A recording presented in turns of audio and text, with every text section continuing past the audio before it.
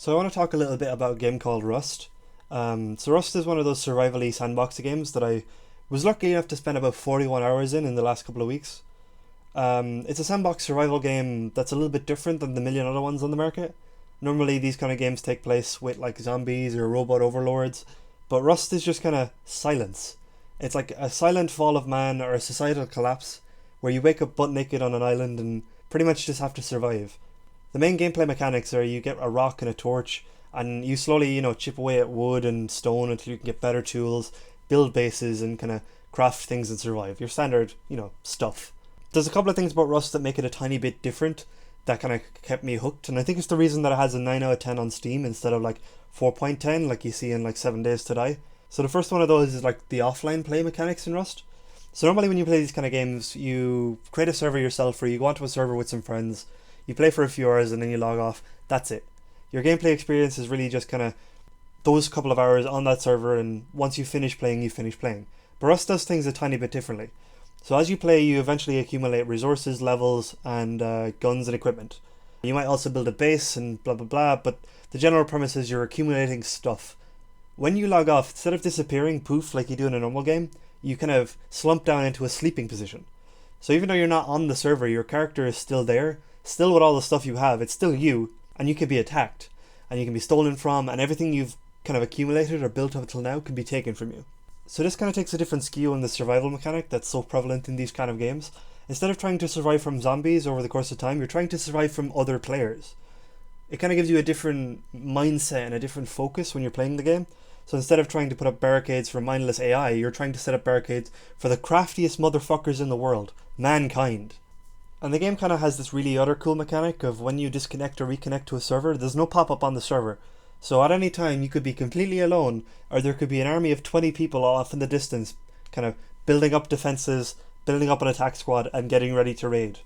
So I found myself playing for a few hours, logging off, and then in the back of my mind, wondering, if I log on tomorrow, is all my stuff still going to be there?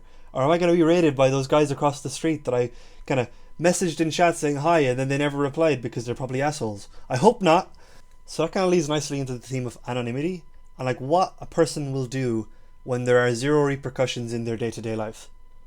So this kind of plays really, really nicely as well with the fall of man and societal collapse, because we as people, we kind of grow up in a society. We grow up in a civilization surrounded by other people. Every action you do comes back to you and has a pivotal effect on the rest of your life. You're friendly to everyone because you don't want to be the dickhead, all that kind of stuff. But Rust kind of does it a little bit differently, and I guess this is the same with any video game. Because you're not really you're your gamer tag, you're behind your screen, you're not face to face with someone, and the repercussions are limited to the game. So you'll do stuff in the game that you wouldn't normally do in real life, such as raiding, killing people, and, mistrusting absolutely everyone. And you have to, because at any time anyone can stab you in the back because of that exact reason. So you could find the nicest person in the world, but you're going to have to put them at gunpoint in case that they put you at gunpoint. And that kind of plays nicely into the fall of man when you have nothing, absolutely nothing, and have to fight for absolutely everything. You can't really just trust the Joe Soap off the street, because they could befriend you, be friends with you for several hours in the game. You eventually trust them enough to bring you into your base, then they shoot you in the back of the head and take you for what you got. And that happens a lot in Rust. And I personally think that's really cool. It's like a suspension of reality. It's like you get to be someone else, or you get to look at people in a feral state. And I think that's pretty cool. And it happened to me as well. Like, you'll find yourself kind of breaking into people's bases, taking them for absolutely everything they've gotten, or if they're being assholes on the server, then you'll take them for more. You'll destroy their sleeping bags, you'll replace the locks on their doors, you'll barricade stuff away so they can never possibly get to it again. You'll level the entire base if you need to. And that kind of leads on to a really funny story that I'm going to take a tiny segue to tell you about. So I have a friend who plays this game a lot more than me. I kind of finished up and he kind of continued. So he went on to a different server where there was an absolute asshole. The server was much more populated than one we played on. I think he was saying there's like several dozen people at all times. But there was this one asshole who used to break into bases just for shits and giggles. He had some friends, and rather than, getting on with everyone else, he would just break in and blow stuff up. So my friend decided to take matters into his own hands, and while your man was asleep, broke into his base, destroyed his sleeping bag, went and built a quote-unquote monkey cage, built a new sleeping bag, assigned it to him, renamed it to be the exact same. So when the guy spawned, he spawned inside a cage, butt naked, absolutely everything he had ever worked for stolen and destroyed. And that's the kind of things you can do in Rust, and I think that's really cool. So the last thing I'm going to talk about in Rust is the concept of emergent behavior.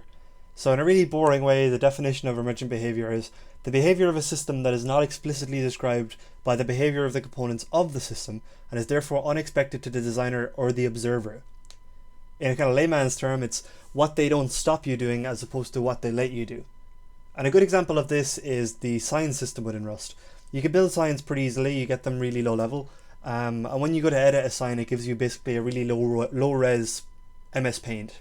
You can draw whatever you want, you can draw pictures, words, you can basically do what you want. The intended purpose was kind of to put signs above chests on your house, you know, signs to indicate stuff. But what players end up doing is taking this to a brand new level. So one of the days when we were playing, we got raided, and when you get raided, you find out, if you die, you find out who killed you in a little text box when you spawn. Or if they leave stuff behind, you can pick it up and have a look at the name. So regardless, we found out who attacked us, but we didn't have like the might to do a counter attack. So instead, we saved up a bunch of really valuable resources within the game, put it in a chest, and went around putting up bounty signs. And these bounty signs would have, like, you know, the name of the guys who attacked us and the reward, and then a general indication of where we were. So this is kind of emergent behavior of where, like, we set up a bounty system within the game without having to explicitly have it programmed. It didn't really pay off, but I thought it was a really cool, neat concept to be able to walk around and put up bounty signs after a raid. I personally use signs in a slightly different way. So as I said, towards like the twilight of our server, we went around raiding a lot more than we normally did. And I used to use signs. I'd put them up inside of houses with a really long kind of blurb of how to stop this from happening in the future.